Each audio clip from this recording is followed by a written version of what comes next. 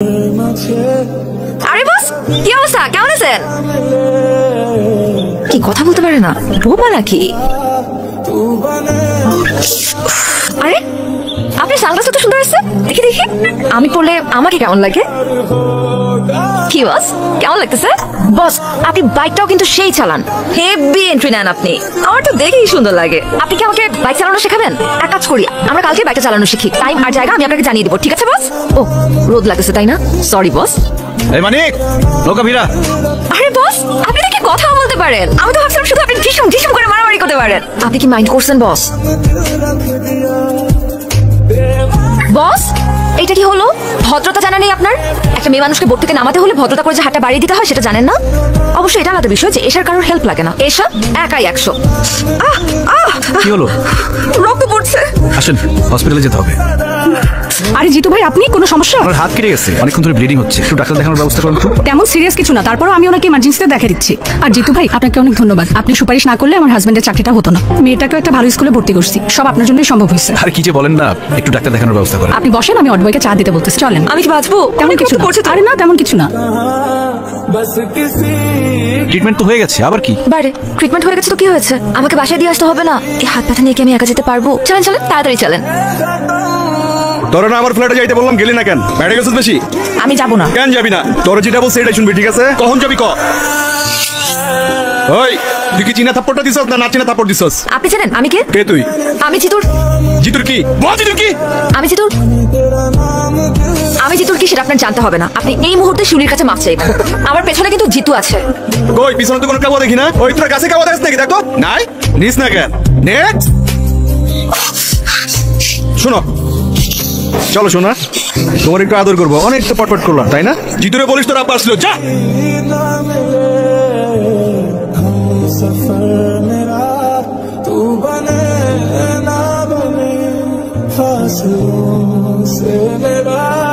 আরে তোর জন্য তো অপেক্ষা করতেছি।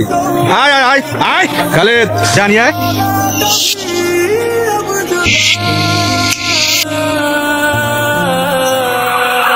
বড় ভাই, ইউনিভার্সিটিতে সুযোগ সুবিধা পাই না, আজকে যেহেতু এখানে চলে আসছেন ঠিকঠাক ভাবে বানাবো। গেটটা লাগা। ভাই, জিতু ভাই তোকে টাকি তালা মেরে দিছে। বাইরে হাসপাতালে পাঠানোর ব্যবস্থা কর।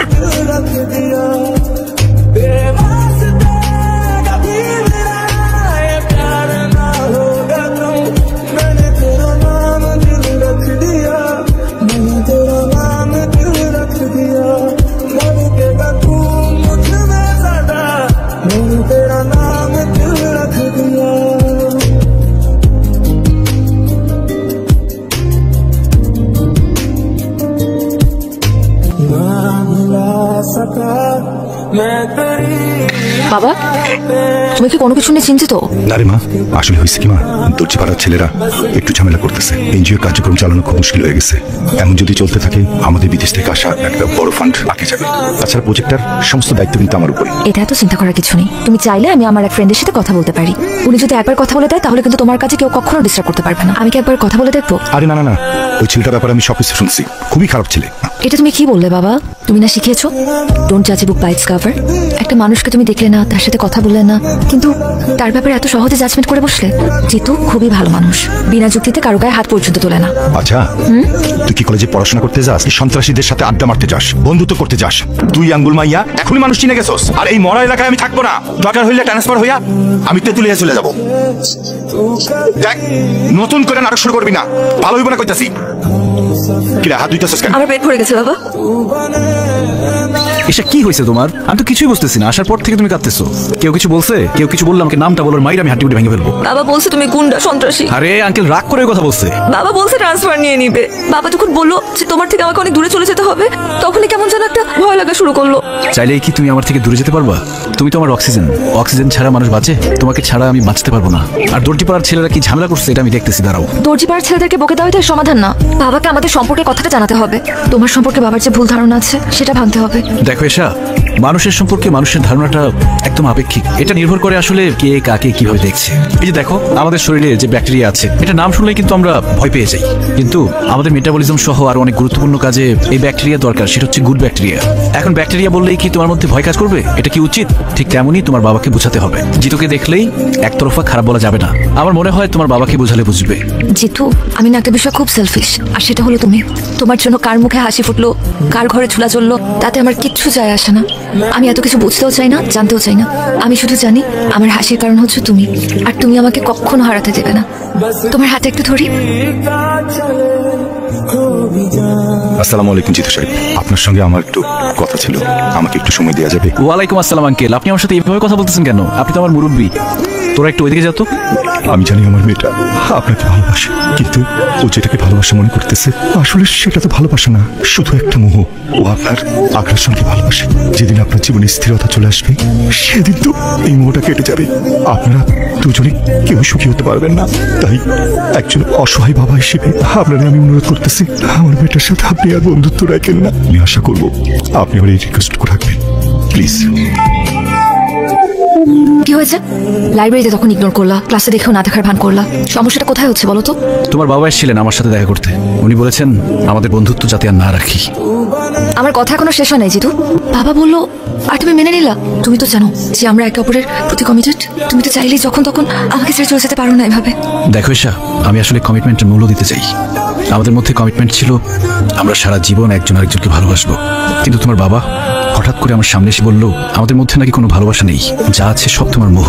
একটা সময় মোহ কেটে গেলে আর ভালো লাগবে না আমাকে।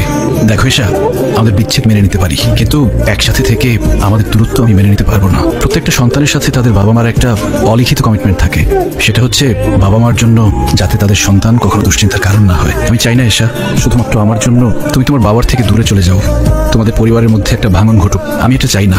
তোমার বাবা তোমাকে নিয়ে অনেক ইনসিকিউরড। বাবা, তোমার সাথে আমার জরুরি কিছু কথা আছে। কলেজ থেকে ফিরতে সন্ধ্যা হলো কেন? কারণ আমি এতক্ষণ নদীর পাড়ে বসে ভীষণ কান্নাকাটি করেছি, আর লাইফের সব থেকে গুরুত্বপূর্ণ ডিসিশনটা নিয়েছি। বাবা, তুমি জিতুকে কি বলছো? বাবা, একজন বাবা হিসেবে যা বলা দরকার আমি তাই বলছি। না বাবা, তুমি এমন কোনো কথা বলতে পারো না যার জন্য আমার ভালোবাসার মানুষটা আমার থেকে দূরে সরে যেতে চায়, তাও শুধুমাত্র তোমার কথা সম্মান রাখার জন্য। আচ্ছা, তোর সিদ্ধান্ত কি? আমি চাই জিতুকে বিয়ে করতে, সেখানে তোমার মত থাকুক আর নাই থাকুক। আমি এখনই জিতুকে বলবো আমাকে এসে নিয়ে যেতে। তুমি চাইলে আমাদেরকে আটকানোর চেষ্টা করতে পারো।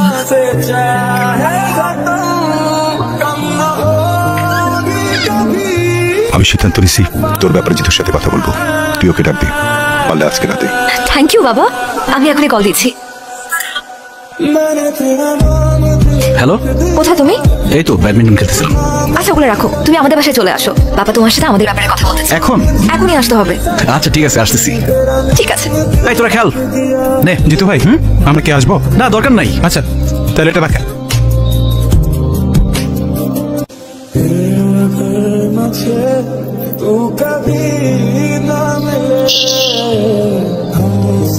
জিতু! জিতুকে আজকে আমার বাসায় পাওয়া যাবে। আপনারা ওকে কি করবেন আমি জানতেও চাই না। আমি শুধু আমার মেয়ের ভালোর জন্য এই কাজটা করলাম। জিতু! জিতুর ম্যাগজিনটা খালি করে রাখ। ঠিক আছে।